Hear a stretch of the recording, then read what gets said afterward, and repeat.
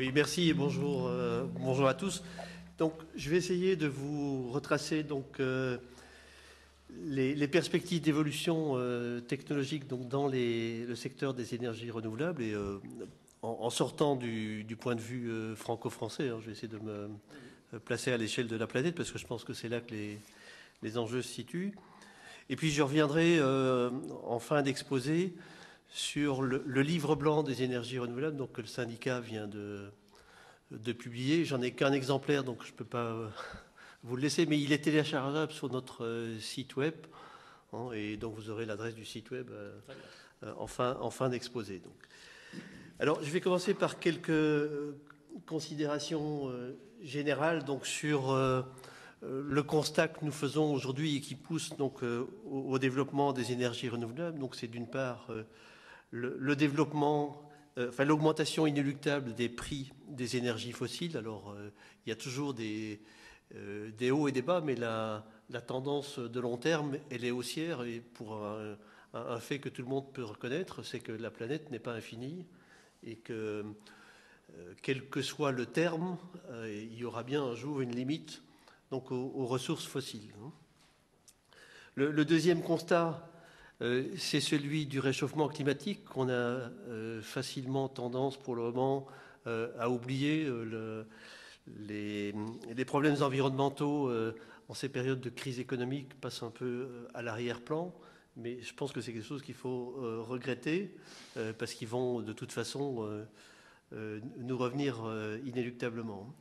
Le troisième constat est celui de la question de la sûreté des installations, et bien entendu je fais allusion au nucléaire et à l'accident de Fukushima.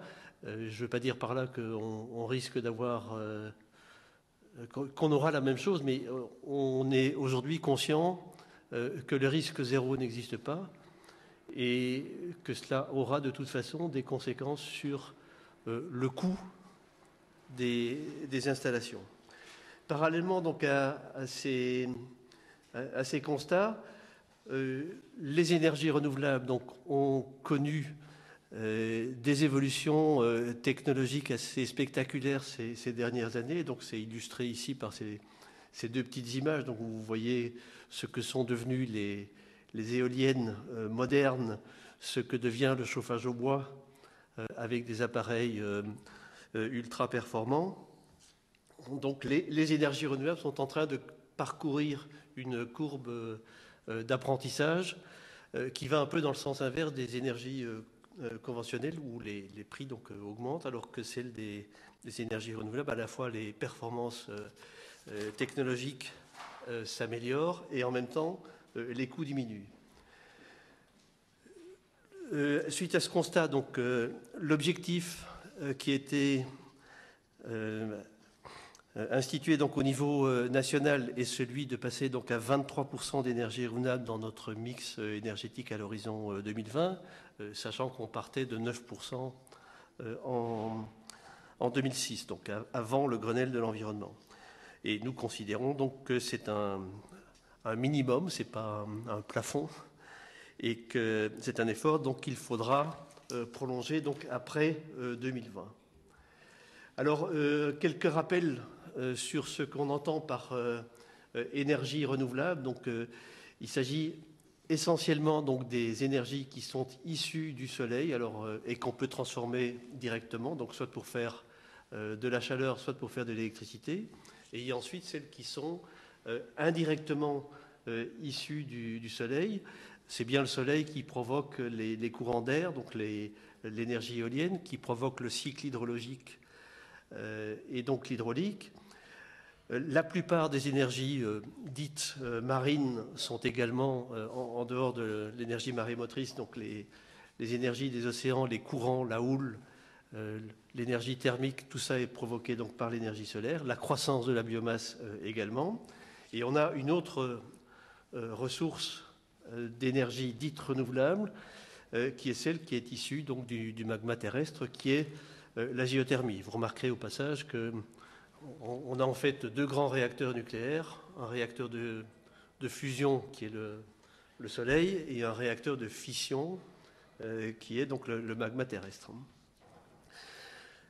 Donc renouvelable, ça veut dire aussi inépuisable, mais avec des quantités d'énergie donc, qui sont limitées dans le temps et localement. Donc on n'a pas une grande concentration, on ne peut pas les faire venir quand on veut et où on veut.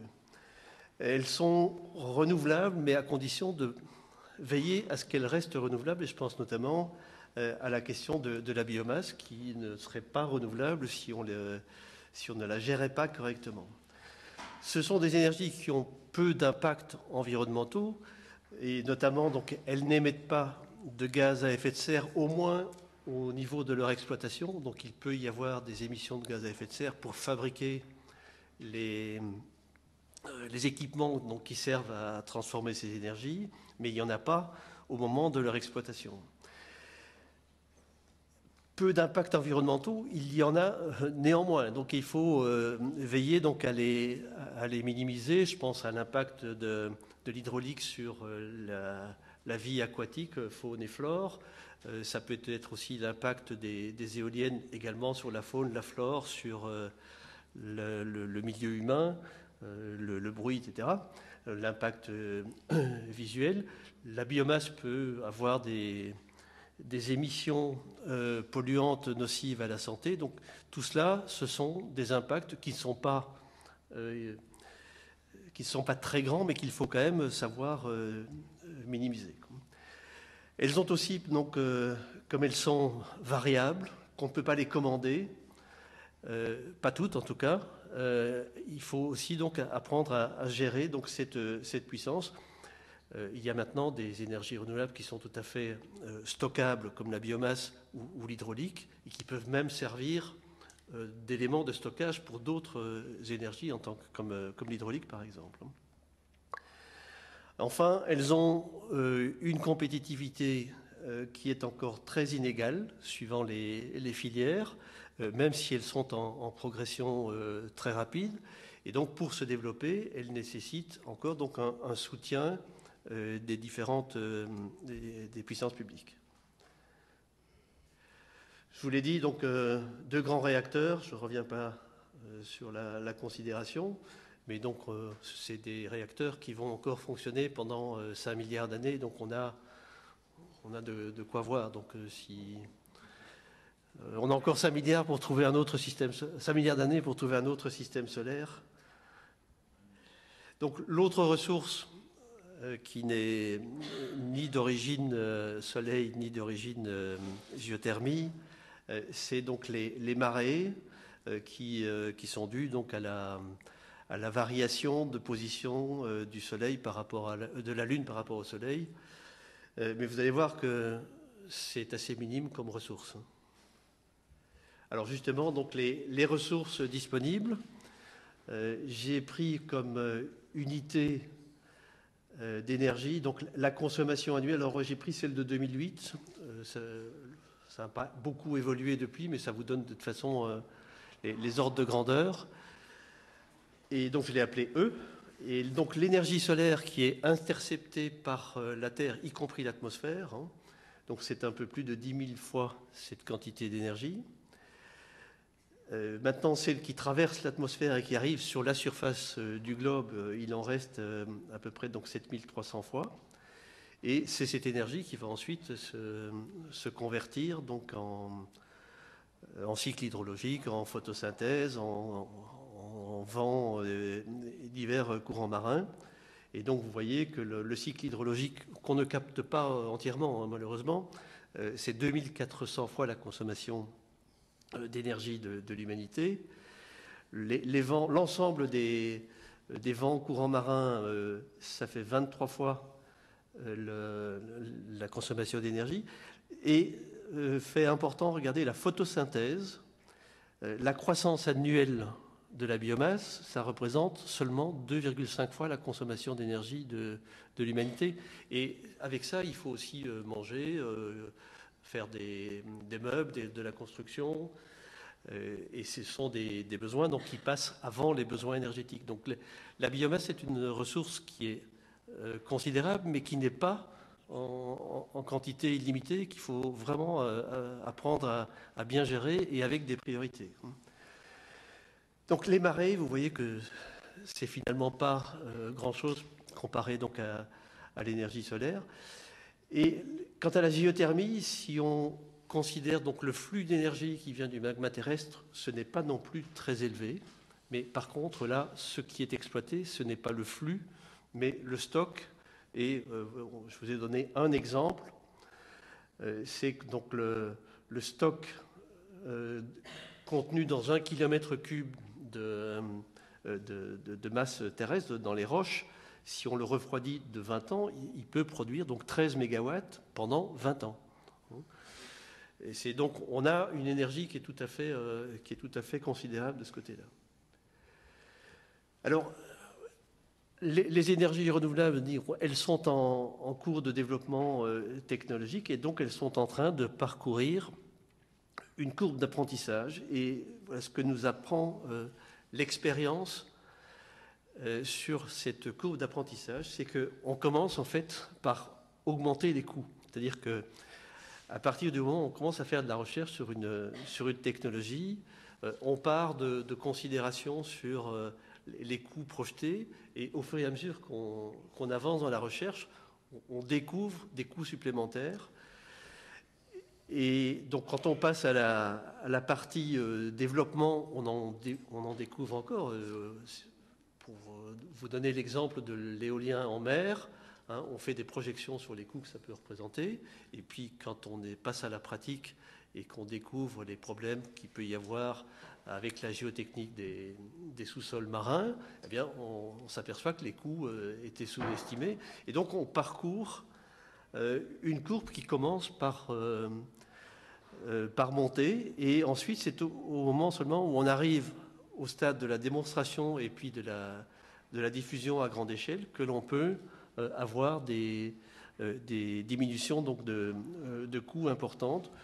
Alors ici, c'est donc un chercheur australien donc, qui a essayé de situer les différentes technologies énergie renouvelable donc, sur cette courbe d'apprentissage. Alors, il y a des choses qui peuvent se discuter, mais globalement, c'est le type de courbe que parcourt donc l'ensemble des énergies renouvelables. Donc, vous voyez que l'hydroélectricité est aujourd'hui arrivée à un niveau de maturité. L'éolien en mer, l'éolien terrestre n'est pas loin également donc de l'avoir atteinte. Et puis toutes les autres énergies renouvelables doivent encore parcourir donc une courbe de diminution des coûts. Un petit mot général donc sur la biomasse pour rappeler que c'est une énergie avec laquelle on peut pratiquement tout faire. Je vous l'ai dit tout à l'heure qu'elle est en quantité importante mais limitée, donc il faut apprendre à faire des priorités. Et vous voyez qu'on peut effectivement, avec la ressource biomasse, remplir les 3 usages de l'énergie, c'est-à-dire les transports, avec les carburants, la production de chaleur et la production d'électricité. Ce sont les 3 usages qu'on peut faire de l'énergie. Production de chaleur et production d'électricité, ce sont des choses qui ne demandent plus aujourd'hui de développement technologique. Par contre, sur la production donc, de carburant, aujourd'hui, on sait le faire à partir des plantes de type alimentaire, qu'il s'agisse des plantes sucrées ou qu'il s'agisse donc des plantes oléagineuses. Mais comment on va entrer en concurrence, surtout si l'humanité continue à croître, donc si on arrive à 9 ou 10 milliards de personnes sur la Terre, produire des carburants à partir de plantes de type de culture alimentaire ne paraît pas, sur le moyen et long terme, très pertinent. Et donc il faudra apprendre à utiliser d'autres ressources. Et ces autres ressources peuvent être la partie lignocellulosique des plantes, donc le bois, la paille, les différents végétaux secs, à partir desquels, donc, par des procédés biochimiques ou thermochimiques, on va pouvoir, là aussi, donc faire des carburants. Sur les plantes éoligineuses, donc, on peut là trouver d'autres ressources que celles qui sont utilisées donc, dans les cultures alimentaires, et on pense notamment, enfin surtout, aux microalgues. Voilà, mais donc vous voyez bien qu'on va avoir un problème d'arbitrage dans le futur, un problème d'arbitrage entre ces différents usages de la biomasse. Sachant que l'usage le plus rationnel aujourd'hui, c'est encore de faire de la chaleur, d'utiliser donc cette biomasse pour se chauffer, pour alimenter des process industriels. Les différents moyens donc, de produire de la chaleur donc à partir d'énergies renouvelables, en dehors de la biomasse dont je viens de parler, il y a donc les moyens plus classiques. Donc la biomasse, vous avez l'exemple de la chaufferie de Besançon qui alimente un réseau de chaleur qui fait de l'ordre de 6 MW. Mais donc les autres façons, donc c'est l'énergie solaire avec laquelle on peut chauffer la maison ou chauffer, en tout cas partiellement, donc ça nécessite un appoint, ou chauffer l'eau sanitaire. Vous avez la géothermie profonde du type de celle qu'on connaît ici en bassin parisien où on va chercher de l'eau à 1500 mètres de profondeur. On a une nappe qui s'appelle le Dogger qui est à 75-80 degrés. Et puis vous avez la géothermie dite superficielle où on va exploiter donc la chaleur contenue dans le sous-sol au travers donc de pompes à chaleur, donc avec une utilisation de l'énergie électrique pour remonter les niveaux de température. Pour la production de chaleur, et en tout cas dans le bâtiment, on a aussi, avec les progrès qui ont été faits sur les techniques de construction des bâtiments, la possibilité aujourd'hui de construire des bâtiments dits passifs, dont l'isolation, l'étanchéité à l'air des huisseries permettent d'avoir des maisons qui ne demandent pratiquement plus ni de chauffage, ni de climatisation. L'exemple que vous avez en photo, c'est en Suède où par moins 20 degrés, on peut avoir des températures largement confortables à l'intérieur et ne subsiste à ce moment-là que des besoins très faibles qu'on peut satisfaire avec des moyens tels que les pompes à chaleur sur air extrait. Et subsistent d'autres besoins qui sont les besoins en eau chaude sanitaire. Et c'est pour ça que vous voyez donc sur le fait de la toiture donc des capteurs solaires qui servent donc à cette production d'eau chaude sanitaire. On passe ensuite à la production d'électricité par éolienne pour commencer. Et je vous ai mis donc en haut à gauche les évolutions technologiques qu'on a connues depuis une trentaine d'années. Donc ça commence donc en 85 où on faisait des éoliennes de l'ordre de 30 kilowatts avec un diamètre de l'ordre de 15 mètres. Et vous voyez que ces diamètres ont progressivement augmenté et qu'on est aujourd'hui avec des éoliennes qui font jusqu'à 7 mégawatts de puissance unitaire et un diamètre de 126 mètres. Et il y a des entreprises qui travaillent déjà sur la taille suivante, donc de l'ordre de 8 à 10 mégawatts, avec un diamètre de 160 mètres. Vous voyez à côté, donc en illustration, l'envergure de l'avion A380. Ça vous donne une idée donc, de l'ampleur de ces machines. Tous ces progrès ont été rendus possibles par tous les travaux qui ont été faits sur les matériaux composites et notamment dans le secteur de l'aéronautique. La France se situe très bien dans le gisement éolien. Donc, c'est le deuxième gisement qu'on peut trouver en Europe après celui du Royaume-Uni.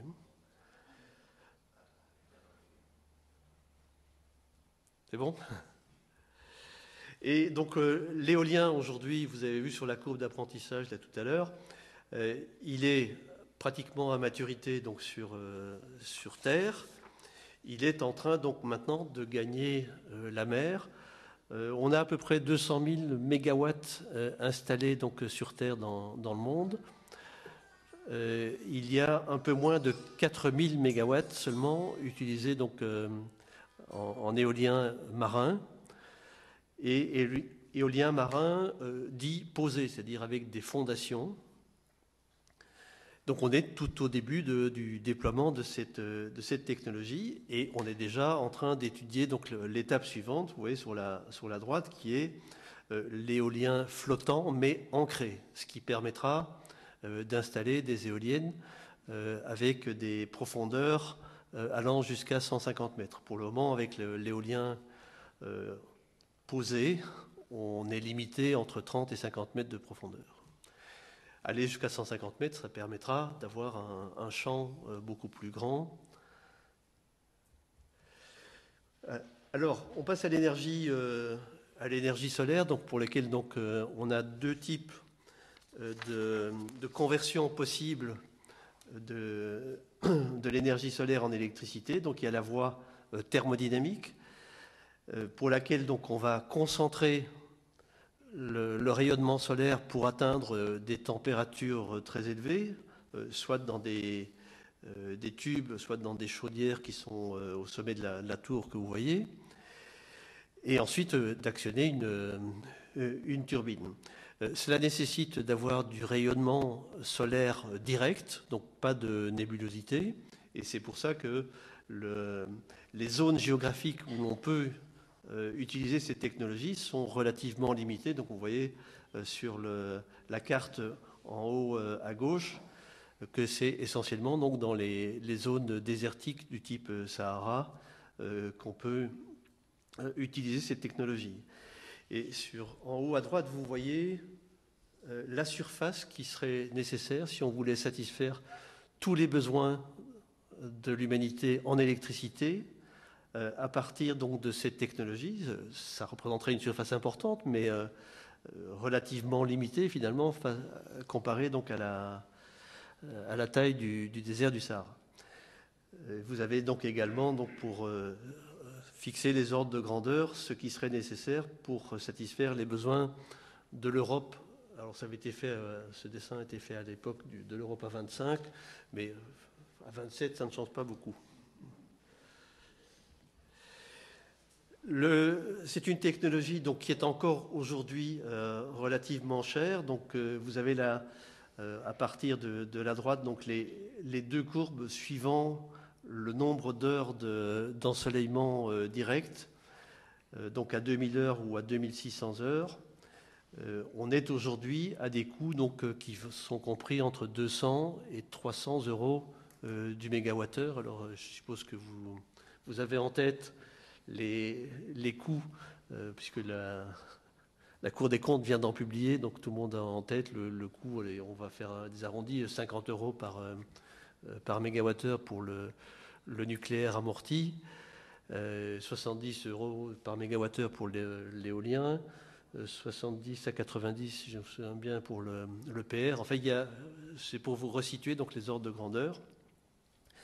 Et donc les prévisions donc, de l'AIE sur la baisse des coûts et parallèlement sur le développement que peut connaître cette technologie, donc développement réparti par zone géographique. Et donc vous voyez qu'en 2050, les prévisions de l'AIE nous amènent à un peu moins donc, de 5000 TWh de production annuelle. Pour fixer les ordres de grandeur, la production actuelle d'électricité au niveau mondial, c'est 20 000 TWh. Si je ne me suis pas trompé d'ordre de grandeur. Vous me pardonnerez si mais je pense que c'est ça. Voilà, photovoltaïque. Là aussi, donc, on a, comme sur l'éolien, parcouru une courbe d'apprentissage assez impressionnante donc, depuis 30 ans. Vous avez donc sur la gauche les modules photovoltaïques tels qu'ils étaient fabriqués, et c'était en France d'ailleurs, par une filiale de Philips qui s'appelait Radiotechnique Campélec. Et on faisait à l'époque des modules photovoltaïques qui avaient une puissance unitaire de 10 watts, alors que vous avez sur la droite ce qu'on fait aujourd'hui, où chacun des panneaux fait de l'ordre de 250 mégawatts. On avait des cellules rondes de 5 cm de diamètre. Maintenant, on fait des cellules carrées de 15 par 15. On avait des rendements de 10%. On est maintenant à des rendements qui, suivant les fabricants, sont entre 15 et 20%. Et parallèlement à cela, donc des coûts qui ont fortement diminué. Vous avez donc sur la gauche la carte de gisement solaire, et vous voyez donc comme avec le photovoltaïque, on peut capter l'ensemble du rayonnement, plus uniquement le rayonnement direct, on peut aussi capter le rayonnement diffus. Donc la carte, les zones exploitables sont beaucoup plus larges qu'avec le solaire thermodynamique. Sur la droite, vous avez la courbe de décroissance passée, donc avec ce qu'on appelle le taux d'apprentissage, ce qui veut dire qu'il est donc de 19,3%, ce qui veut dire que chaque fois que le parc installé double, le prix des panneaux photovoltaïques diminue de 19,3%. Et en bas à droite, donc la prévision que nous faisons de l'évolution de ces coûts en France sur l'habitat individuel, donc suivant qu'on se trouve dans le nord ou le sud du pays. Donc vous avez les courbes décroissantes qui sont celles de l'électricité produite par les générateurs photovoltaïques, et la courbe qui est en croissance, c'est la courbe de l'électricité vendue au détail. Et là, c'est une projection que nous faisons, hein, donc elle n'engage pas l'État, elle n'engage que les prévisions du syndicat. Donc ce sont ce que nous voyons donc comme augmentation donc du prix de l'électricité dans les années à venir. Et donc les courbes devraient se croiser entre 2016 et 2020, donc suivant qu'on est dans le nord ou dans le sud du pays. On peut aussi faire de l'électricité donc avec la géothermie, donc avec la chaleur du sous-sol. Le plus naturel est de le faire là où on a des aquifères à haute température, et ça on les retrouve essentiellement donc dans les régions volcaniques. En France, nous n'en avons pas, sauf dans les départements d'outre-mer. Donc on a une centrale géothermique qui fonctionne en Guadeloupe, donc dans la ville bien dite de Bouillante. Mais donc ce qui a été mené ici comme travaux de recherche, ça a commencé donc en 87. L'idée est d'aller trouver donc des roches sèches mais fracturées, dans lesquelles donc on va injecter de l'eau donc par un forage central, agrandir les fracturations naturelles de la roche et récupérer cette eau chauffée, donc créer un échangeur de chaleur à 5000 mètres de profondeur. C'est l'installation qui fonctionne là maintenant depuis 3 ans en Alsace, donc à Soultz sous Forêt, et qui permet de produire donc de l'électricité, alors à un coût qui n'est pas encore aujourd'hui, qui est encore très loin d'être compétitif. Je n'ai pas la carte de gisement, mais c'est le gisement donc des zones exploitables pour ce type de technologie. On l'a sur l'ensemble de l'Europe, et ça représente une ressource exploitable qui est du même ordre que celle de l'énergie nucléaire aujourd'hui, donc sur l'ensemble de l'Europe. Après cela, donc, on a l'ensemble des énergies de la mer, sur lesquelles donc, on en a 2 principales, qui sont l'énergie de la houle et l'énergie des courants marins. Ce sont donc les énergies les plus faciles à exploiter aujourd'hui, et celle qui est le plus avancée, donc c'est l'énergie donc des courants de marée. Vous avez tous entendu parler de l'installation qui est en cours de développement au large de Paimpol, à Bréa. qui est réalisée par EDF. Donc il y a aujourd'hui une hydrolienne qui est immergée et qui tourne et qui va être retirée de l'eau pour voir comment elle a résisté donc, au printemps prochain. Il y a ensuite donc l'exploitation des énergies houlomotrices. Alors toutes ces technologies sont aujourd'hui donc encore au stade du développement, donc dans la partie ascendante de la courbe d'apprentissage que je vous ai montré tout à l'heure. Sur la droite, vous avez des énergies qui sont plus futuristes. Donc il y a celle du gradient de salinité. Quand de l'eau douce arrive dans de l'eau salée, il y a une attraction entre les deux qui correspond à une chute d'eau de 270 mètres. Alors vous voyez tout de suite que ça fait, quand l'Amazone arrive dans l'océan, ça fait une énergie considérable. Mais maintenant, elle est aussi extrêmement difficile à capter. La plus grande ressource, mais aussi très difficile à capter, c'est le gradient thermique dans les zones tropicales et équatoriales, où on a donc en surface des eaux qui sont à 28, 29, voire 30 degrés, et en profondeur des eaux qui sont à 4 ou 5 degrés. Et donc l'idée, elle a été mise en œuvre il y a une soixantaine d'années par le professeur Claude en Côte d'Ivoire. C'est donc d'utiliser cette différence de température pour alimenter un cycle thermodynamique. Alors pour ceux qui sont intéressés par la bande dessinée, c'était aussi cette énergie qui alimentait la base secrète de Blake et Mortimer dans le détroit d'Ormuz, hein, dans le secret de l'Espadon. Mais voilà, en dehors de ces deux réalisations, il n'existe pas encore grand-chose. Alors, les énergies marines, principalement donc l'énergie houlomotrice et l'énergie des courants de marée, on les voit arriver à maturité donc au-delà de 2020. Donc vous avez ici les échéances qu'on a voulu comparer, donc sur d'abord l'éolien terrestre, ensuite la deuxième courbe qui est celle de l'éolien maritime, qui est en train de décoller.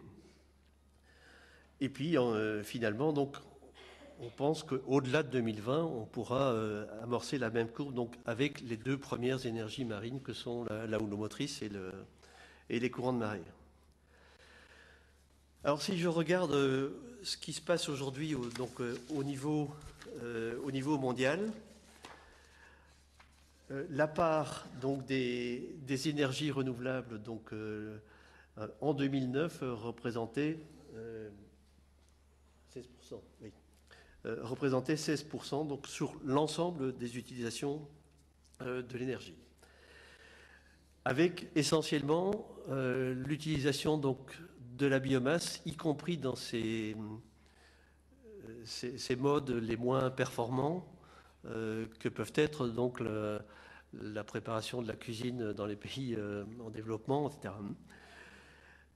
Et l'autre grande utilisation, donc l'autre grande source, était l'hydraulique. Et vous voyez donc que les autres énergies renouvelables donc, commencent à pointer le bout de leur nez, mais c'est encore très, très marginal. Vous voyez à côté de ça donc, la part occupée par le nucléaire. Et vous voyez bien qu'aujourd'hui, on est encore à 80%, un peu plus de 80% de l'énergie au niveau mondial qui est faite à partir de combustibles fossiles et donc avec émission de CO2. Sur la partie électrique,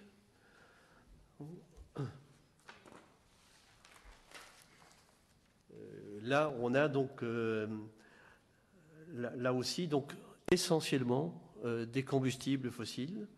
Et vous voyez que, donc, sur la part énergie renouvelable, c'est donc essentiellement donc, l'hydraulique, et on voit apparaître donc, les nouvelles énergies renouvelables, donc éolien, solaire et biomasse, et géothermie. Alors quand on regarde ce qu'on doit faire si on veut prévenir, donc au moins limiter donc, le changement climatique, Vous avez donc sous les yeux le scénario de l'AIE. D'abord, donc le scénario de référence, les politiques, on laisse faire. Et ce qu'il faudrait réaliser, donc le scénario dit 450 ppm, donc parties par million de parties de gaz à effet de serre dans l'atmosphère, ce qu'il faudrait réaliser pour limiter le réchauffement climatique à 2 degrés à la fin de ce siècle. Et dans la réalisation de ce scénario, donc la part la plus importante est occupée donc par l'efficacité énergétique pour un peu plus de la moitié. Et ensuite, les renouvelables, y compris les biocarburants, ça représenterait donc 24% de l'effort. Arrive ensuite le nucléaire et finalement donc l'utilisation de fossiles avec capture et stockage du CO2. L'AIE donc a étudié plusieurs scénarios. Donc il y a d'abord, vous avez donc sur ce diagramme donc la situation 2007 et ensuite le scénario laisser-faire. C'est à l'horizon donc 2050. Vous avez le scénario 450 ppm, donc qui est la troisième colonne, et vous voyez donc la place qu'occuperont les énergies renouvelables dans le bouquet énergétique suivant ce scénario. Et ensuite, l'AIE a étudié également un scénario qu'ils ont appelé Blue Eye, Renewable, dans lequel on accentue encore la part des renouvelables et qui a pour effet, par rapport au scénario 450 ppm, d'augmenter le prix de l'électricité globalement de 10%. Et qui permet aussi donc de respecter donc l'objectif de plus de degrés maximum à la fin du siècle. Dans l'électricité, suivant les régions du monde où on va se trouver et suivant donc les ressources, le mixte renouvelable donc va évoluer. Donc vous voyez que dans notre région, Europe, l'essentiel viendra donc de l'éolien terrestre et marin, et avec quand même une proportion non négligeable donc d'énergie solaire. Quand on va vers l'Afrique, sans surprise, donc la part de l'éolien diminue et la part du solaire augmente. Et donc suivant les ressources, vous voyez donc en Amérique latine, en Chine, la part très importante de l'hydroélectricité. Alors, maintenant, si on veut augmenter la part des énergies renouvelables, comme c'est le cas donc dans les scénarios, à quelles conditions peut-on le faire? Et donc on va commencer par l'électricité, où on doit affronter donc un certain nombre de contraintes. Vous avez vu qu'il y a la question des coûts qui diminuent, mais qui sont encore aujourd'hui trop élevés. Donc on a à diminuer ces coûts, mais on a aussi à affronter le problème de la variabilité de ces énergies dites intermittentes. Pour le moment, il y a une règle un peu empirique qui limite la pénétration de ces énergies dites intermittentes à 30% de la puissance instantanée. Alors j'ai dit c'est un peu empirique puisque les Espagnols, l'année dernière, ont réussi à gérer jusqu'à 54% d'éolien donc sur leur réseau. Néanmoins, il ne faut pas se voiler la face. C'est une gestion qui est difficile. Alors, quelles sont les possibilités pour diminuer, donc, pour gérer donc, cette variabilité? Il y a d'abord d'utiliser au maximum l'énergie hydraulique, dont je vous ai dit tout à l'heure qu'elle avait cette vertu qu'elle était à la fois stockable, mais qu'elle permettait aussi de stocker les autres énergies, donc si on remonte de l'eau dans les barrages. Le problème, c'est qu'en Europe, notre potentiel est pratiquement saturé, ce qui n'est pas le cas dans le reste du monde, où il y a encore un potentiel énorme donc, pour exploiter l'énergie hydraulique, avec les impacts que ça peut avoir donc, sur l'environnement et sur la vie aquatique. Une possibilité aussi, c'est les interconnexions entre les zones de consommation et les zones les plus ventées ou les plus ensoleillées, ce qui permet de limiter donc, par foisonnement donc, les effets de cette variabilité. Je vous l'illustrerai tout à l'heure. Il y a à développer aussi donc, le stockage, on va y revenir, mais le stockage pour l'électricité, les voies qui sont les plus prometteuses aujourd'hui, enfin les plus prometteuses, il y en a d'abord une qui est déjà bien utilisée chez nous et en Europe de façon générale, c'est ce qu'on appelle les STEP, les stations de transfert d'énergie par pompage, hein, donc, qui consiste à remonter l'eau dans les barrages. Et ensuite, il y a les batteries de véhicules électriques. Donc l'idée, c'est que si on a un développement du véhicule électrique à grande échelle, la plupart du temps, ces véhicules électriques ne sont pas utilisés. Et si on met de l'intelligence dans les réseaux, on doit pouvoir utiliser partiellement donc, l'énergie accumulée dans les batteries de ces véhicules pour servir d'appoint aux demandes du réseau. Il y a ensuite l'idée donc d'améliorer le management de la demande, c'est-à-dire d'avoir des signaux et des tarifs qui varient donc en fonction de la ressource, qui vous permet de déclencher votre lave-vaisselle quand il y a du vent ou voilà. Donc il y a du vent ou du soleil, quoi. Donc toutes choses qui sont prévisibles. Hein. Il y a l'utilisation d'énergie donc non intermittente, comme la géothermie, donc qui peut servir en base, mais pour lesquelles, dans un pays comme le nôtre, si on veut l'utiliser à grande échelle, il faut continuer donc le développement de la technologie que je vous ai montré tout à l'heure, donc sur les roches chaudes sèches et fracturées. Difficile à prononcer.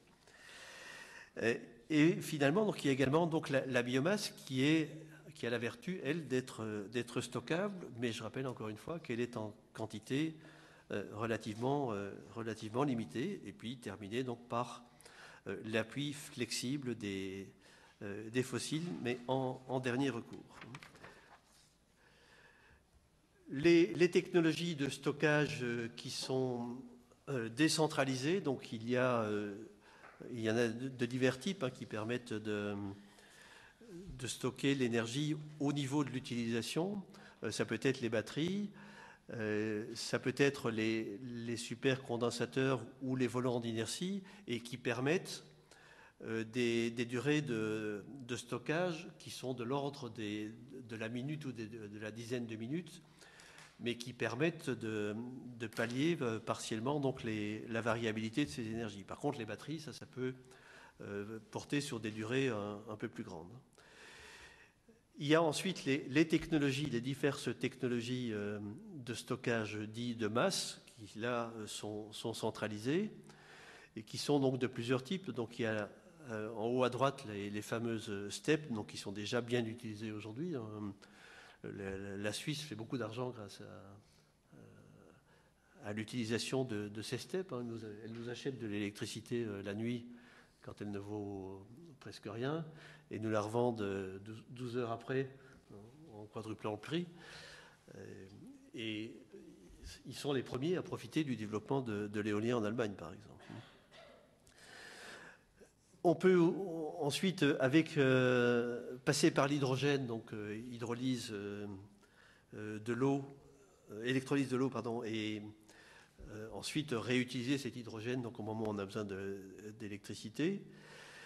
On peut utiliser donc le stockage dans des réservoirs à air comprimé. C'est des choses qui sont déjà faites à grande échelle. Il y a une installation à grande échelle en Allemagne. Il y a la voie donc de passer par un stockage thermique à haute température, une technologie donc qui est développée donc par la Saipem actuellement. Et puis il y a finalement donc un procédé chimique de réduction-oxydation, donc qui là aussi permet du stockage de masse. Mais tout ça sont des procédés de stockage qui sont en cours de développement. Et pour lesquels, donc, en dehors de la STEP et de l'air comprimé, les rendements ne sont pas encore aujourd'hui très élevés.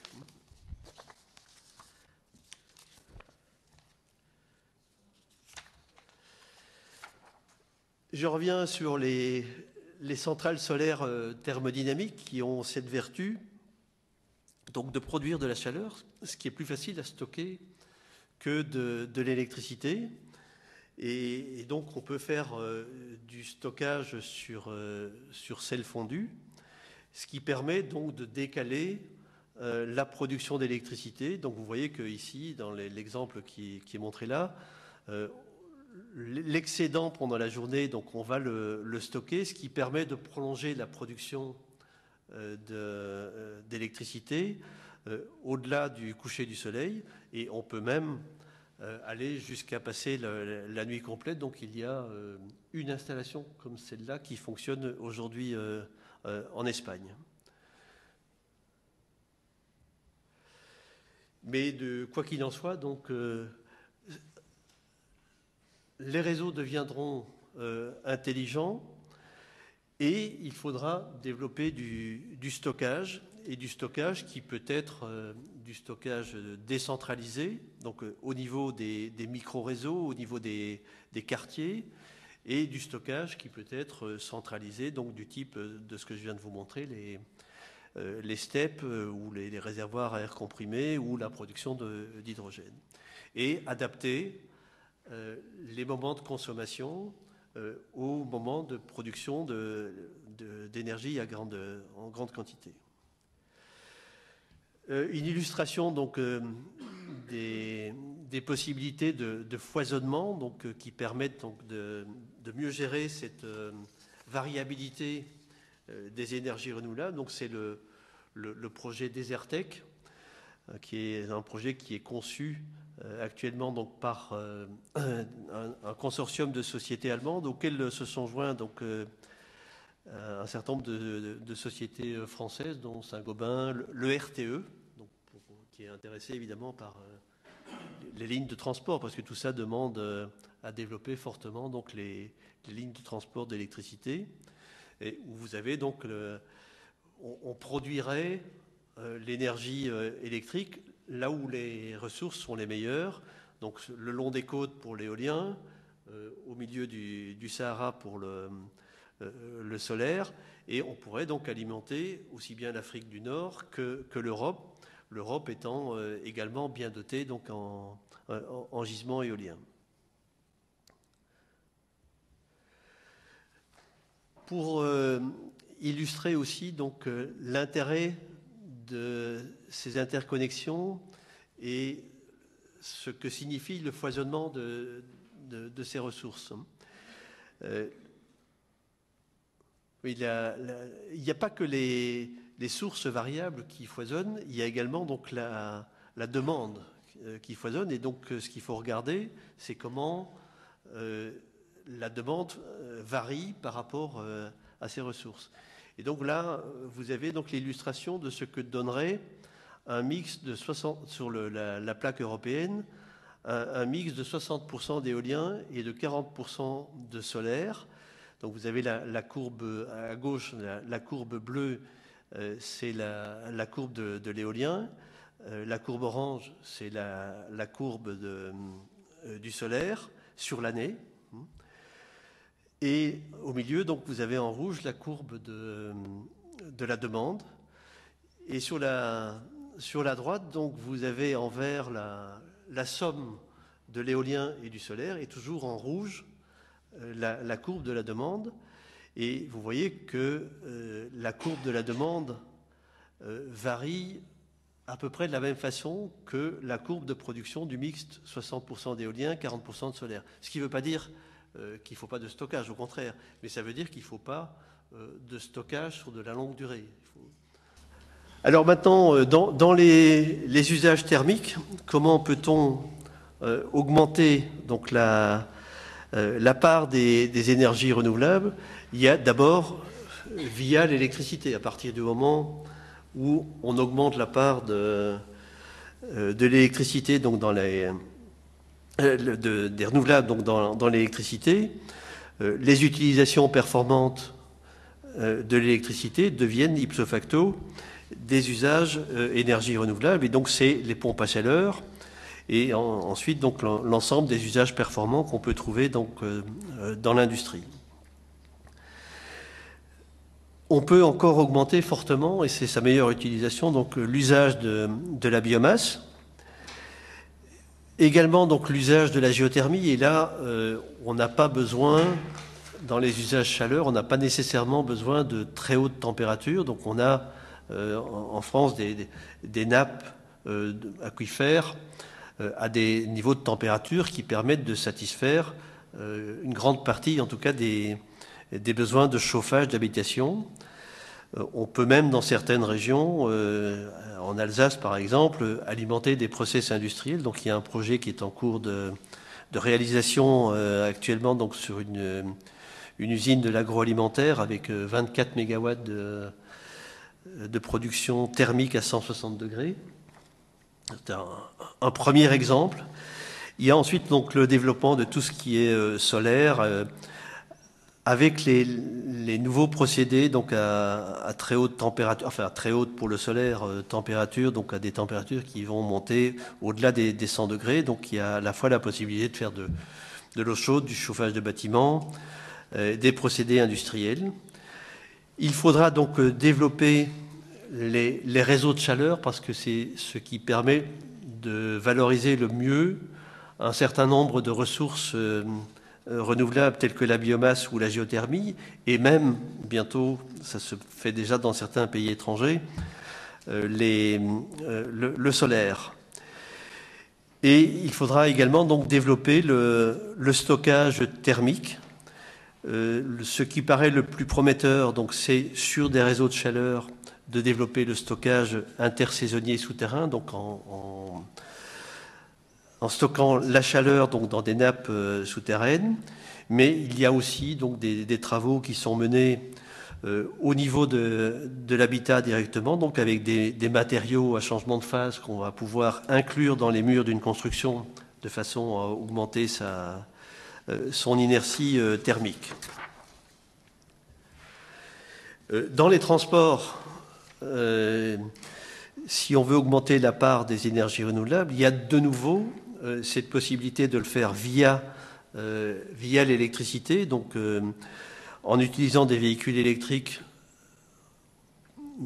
plutôt en ville, là où les déplacements sont courts, mais également donc en développant les véhicules hybrides, qu'il s'agisse des véhicules légers ou des camions qu'on peut imaginer donc hybrides également sur des grandes distances. Il y a la possibilité de doper les biocarburants de nouvelle génération, puisque je vous ai dit tout à l'heure qu'il y avait un certain nombre de limites sur les biocarburants préparés à partir de cultures alimentaires. Il faut savoir que quand on réalise donc des biocarburants de seconde génération, ça consomme beaucoup d'énergie, et cette énergie pourrait venir d'autres sources, notamment de l'énergie solaire, mais ça peut aussi être de centrales nucléaires, hein, et ça permettrait donc d'avoir des productions de biocarburants beaucoup plus élevées. Il y a finalement donc la possibilité de faire des carburants solaires, donc à partir de photovoltaïque ou de solaire à concentration, donc de produire de l'hydrogène, et à partir du moment où vous avez de l'hydrogène, vous pouvez alimenter des piles à combustible, par exemple. Voilà donc un peu quelles sont les évolutions que l'on peut voir donc, sur les énergies renouvelables. Je voudrais maintenant vous dire quelques mots du livre blanc dont je vous ai parlé tout à l'heure. Donc nous avons évidemment, comme tout le monde, l'idée d'utiliser donc les échéances électorales à venir pour relancer donc la dynamique sur les énergies renouvelables. Donc nous avons publié donc il y a maintenant 2 semaines ce livre blanc que nous allons présenter publiquement donc à notre colloque de la semaine prochaine, donc le 7 février. Le résumé de ce livre blanc, donc, c'est que nous faisons le constat qu'il va y avoir des investissements massifs à faire donc, sur l'ensemble de l'outil énergétique et particulièrement donc, sur la partie électrique, donc sur le système électrique. Nous rappelons donc qu'il y a un objectif de 23% d'énergie renouvelable et nous pensons qu'on peut atteindre 25%, mais à condition aussi d'arriver à maîtriser cette consommation. Et que la réussite donc, de l'atteinte de cet objectif passe par la mise en œuvre d'un programme que nous avons détaillé donc en 12 propositions qui se déclinent en 49 outils opérationnels. La réalisation de ce plan, ça va coûter de l'argent, ça va nécessiter des investissements, mais ça va aussi avoir des bénéfices que nous avons essayé de chiffrer. Donc, il y a notamment donc, la création de 125 000 emplois directs et indirects. Nous n'avons pas compté les emplois induits. Donc, passer de 100 000 à 225 000 emplois. Nous avons chiffré également les autres bénéfices qui sont attendus, c'est-à-dire l'excédent commercial ou en tout cas la moindre importation de combustibles fossiles, l'exportation d'électricité, le tout donnant une contribution, donc peut-être pas à l'excédent, mais en tout cas à la diminution du déficit commercial de 3,4 milliards à l'horizon 2020 et permettant donc d'éviter 20 millions de tonnes de CO2 en année courante. Nous partons également du constat que les énergies renouvelables se développent rapidement dans le monde actuellement, donc on est à des investissements qui sont de l'ordre de 220 milliards de dollars en 2010 et cela continue à augmenter et que donc il y a un rôle pour l'industrie française donc dans ce développement. Et donc nous suggérons d'avoir également en parallèle d'une politique de développement des énergies renouvelables, une politique de développement de filières industrielles. Voilà l'illustration donc de ce marché mondial. Donc vous voyez qu'entre 2004 et 2010, donc les investissements dans les énergies renouvelables, donc hors grande hydroélectricité, sont passés donc de 22 milliards de dollars à 211 en 2010. De notre côté, en France, donc, il y a un développement donc, qui a été enclenché par le Grenelle de l'environnement. Je vous ai rappelé tout à l'heure l'objectif de 23%. On fait le constat qu'on est aujourd'hui, l'année dernière en tout cas, à 13%. On est passé donc de 10 à 13. Nous estimons qu'on n'est pas sur la tendance pour atteindre les 23%. Si on continue sans rien faire, sans rien changer par rapport à la situation d'aujourd'hui, nous, on pense qu'on sera plutôt à 17 ou 18 en 2020. C'est d'ailleurs la raison pour laquelle nous avons publié ce livre blanc. Mais il faut reconnaître donc qu'il y a des évolutions très sensibles donc, depuis 2007. Et vous les avez sous les yeux, aussi bien donc, pour l'éolien, le solaire photovoltaïque, mais également l'utilisation donc, de la biomasse pour la production de chaleur. Et tout cela est porté par des systèmes de soutien tels que le tarif d'achat pour l'électricité, le fonds chaleur qui a été mis à disposition de l'ADEME pour le développement de la chaleur collective, mais principalement en biomasse, et puis le crédit d'impôt donc pour les particuliers. Donc nous proposons donc de réévaluer l'objectif qui était déterminé par le Grenelle. En gros, nous reprenons l'objectif du Grenelle, sauf pour le photovoltaïque, pour lequel nous pensons que la diminution des prix de ces dernières années et la nécessité de développer une filière industrielle mérite que l'on augmente l'objectif qui avait été défini dans le Grenelle, qui était de 5400 mégawatts en 2020. Donc nous proposons de le passer à 20 000. Et donc nous avons développé une feuille de route donc, qui reprend ces objectifs en 2020 et qui prolonge les tendances donc, à l'horizon 2030. À l'horizon 2030, ça fait passer donc la part des énergies renouvelables dans le mixte total à 34%, avec l'hypothèse que la consommation resterait stable à son niveau d'aujourd'hui, qui est une hypothèse qui en vaut une autre. les objectifs du Grenelle de l'environnement sont plutôt de la faire diminuer. Mais aujourd'hui, on ne constate pas de diminution autre que celle venant de la crise économique.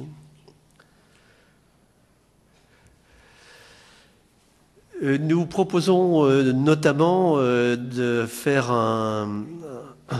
d'avoir un programme particulier donc, sur les régions ultramarines, qui sont un peu toujours les oubliés de nos politiques, pour des raisons qui sont pas uniquement sociales, mais aussi parce que ce sont des régions où d'abord le coût de production de l'énergie est beaucoup plus élevé que chez nous, donc où la rentabilité intrinsèque des énergies renouvelables est plus facilement accessible. On a dans ces régions des gisements qui sont importants, notamment en termes d'ensoleillement, de vent et de biomasse. Et cela peut être pour nous le bon laboratoire, le bon site d'expérience pour expérimenter donc, les réseaux intelligents et le stockage. Et par ailleurs, donc, il y a aujourd'hui tout un tissu d'entreprises qui s'est développé sur le secteur dans ces régions. Et donc, c'est une opportunité de les faire vivre. Nous suggérons donc un développement industriel des filières et donc on a illustré donc sur ce visuel la présence des entreprises françaises. Alors c'est pas exhaustif, il y en a encore des tas d'autres. Hein. Ça c'est le cas de l'éolien. Donc sur l'ensemble de la chaîne de valeur, nous avons identifié 180 entreprises au total donc industrielles, hein, donc sur la chaîne de valeur de l'éolien en France. Et contrairement à une idée reçue, même si nous n'avons pas de fabricants de grandes éoliennes en France, notre industrie est très présente. Et on a étudié donc la balance commerciale des équipements dans la chaîne, dans le secteur de l'éolien. Et on est très légèrement déficitaire, c'est-à-dire qu'on importe pour 1 milliard d'euros de matériel, d'équipement donc éolien, et on en exporte 900 millions. Donc, vous voyez qu'il ne faudrait pas faire grand-chose comme effort industriel pour arriver à inverser cette tendance. Il y a un autre secteur où on est par contre aujourd'hui très déficitaire, c'est celui du photovoltaïque, donc, qui est aujourd'hui dominé donc, par la Chine, mais sur lequel donc, nos entreprises sont également potentiellement, elles sont déjà présentes sur toute la chaîne de valeur, mais elles sont potentiellement à même d'équilibrer donc la balance commerciale. Et là encore, on a représenté donc quelques-unes de ces entreprises. C'est loin, très loin d'être exhaustif. Les bénéfices, les coûts d'abord, on les a chiffrés. Donc, il y a une partie donc, qui est de l'ordre de 5 milliards en 2020 qui est due à la partie électrique, tarif d'achat, donc qui va peser sur la CSPE. Je suppose que, je ne sais pas si tout le monde sait ce que c'est la CSPE ici. Il y en a qui savent. L'autre partie, donc pour 1,5 milliard à peu près, c'est du budget de l'État, donc sous forme de subvention via le fonds chaleur de l'ADEME ou via donc le crédit d'impôt développement durable. Ça va permettre de créer donc 125 000 emplois, c'est le côté bénéfice, et donc ça, on l'a chiffré filière par filière, et on a essayé de le chiffrer de la façon la plus scientifique possible. Donc on a confié une étude dans ce domaine au bureau BIP en leur donnant donc les hypothèses donc sur le chiffre d'affaires, sur les coûts par unité de puissance, sur le développement, sur la partie, sur le taux d'industrie française donc dans les équipements. Et donc vous voyez que là où on crée le plus d'emplois, donc c'est dans l'énergie éolienne et particulièrement dans l'énergie éolienne offshore. dans le photovoltaïque, là où on a donc des filières industrielles à développer. Donc on a également donc, chiffré, mais je vous l'ai dit tout à l'heure, donc la balance commerciale. Donc les 3,4 milliards d'euros, j'ai plus le détail, mais il y a une grande partie qui vient de l'utilisation chaleur de la biomasse, puisqu'on va se substituer essentiellement à du gaz. Il y a une partie qui va venir également du fait que de la balance du système électrique où, grâce aux énergies renouvelables, donc on va exporter plus de courant. Donc on ne s'est pas attribué la totalité de l'export du système électrique. On a pris le scénario de référence du RTE et on a regardé la différence qu'apporterait donc le supplément d'énergie renouvelable. Et voilà, donc c'est essentiellement ça ce qui permet. On a considéré aussi que pour l'ensemble des équipements, sur les différentes filières, on aurait une balance commerciale qui serait équilibrée. C'est déjà le cas aujourd'hui sur l'ensemble des filières, sauf le photovoltaïque. Et donc nous pensons qu'avec une politique industrielle, on doit pouvoir, sur le photovoltaïque, équilibrer donc la filière. Et puis finalement, donc les gains d'émissions de CO2 qui sont là aussi essentiellement sur la partie thermique. Il y a dans notre scénario donc 4 millions de tonnes de CO2 qui sont gagnées sur le système électrique, ce qui est relativement faible, mais qui s'explique de façon assez logique puisque le système électrique émet peu de CO2. Il y a donc 12 millions de tonnes de CO2 qui sont évitées sur l'utilisation de la biomasse en chaleur et 4 millions de tonnes de CO2 qui sont évitées sur les autres productions de chaleur, donc géothermie et solaire.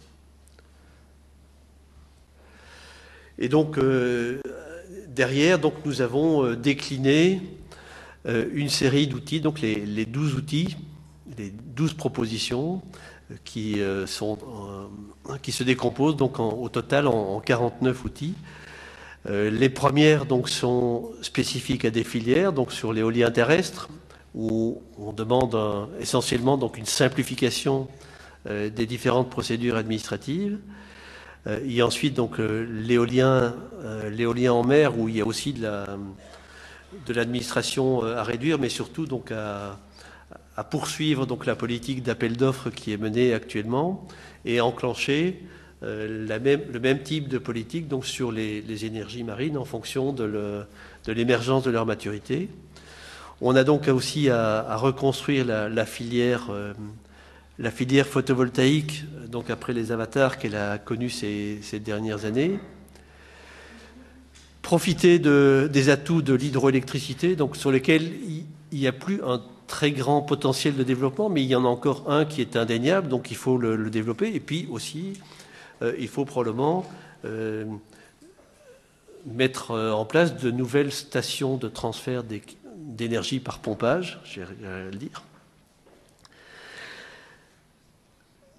La chaleur renouvelable, donc, où il y a de très bons succès qui sont dus donc, au déploiement du fonds chaleur par l'ADEME. Donc il faut continuer sur cette voie et amplifier les moyens mis à disposition de l'ADEME. Un gros effort à faire sur le bâtiment et notamment donc, sur la rénovation du bâtiment existant. Ce qui est fait aujourd'hui donc, sur la réglementation thermique, c'est très efficace, mais ça ne va atteindre qu'une petite partie du potentiel. C'est sur le bâtiment existant donc, qu'il y a les principaux efforts à faire.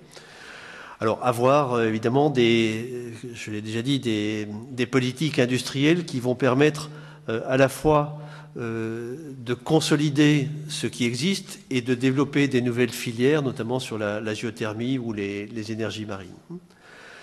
Il y a un gros effort à faire sur le réseau électrique et comment l'adapter donc à ce développement des énergies renouvelables.